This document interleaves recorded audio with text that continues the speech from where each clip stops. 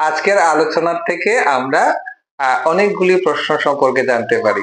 যেমন ইতিহাস কোন শব্দগুলি থেকে নেওয়া হয়েছে, ইতিহাসের জনক কে, বিজ্ঞান ভিত্তিক ইতিহাসের জনক কে, আবার আধুনিক ইতিহাসের জনক কে।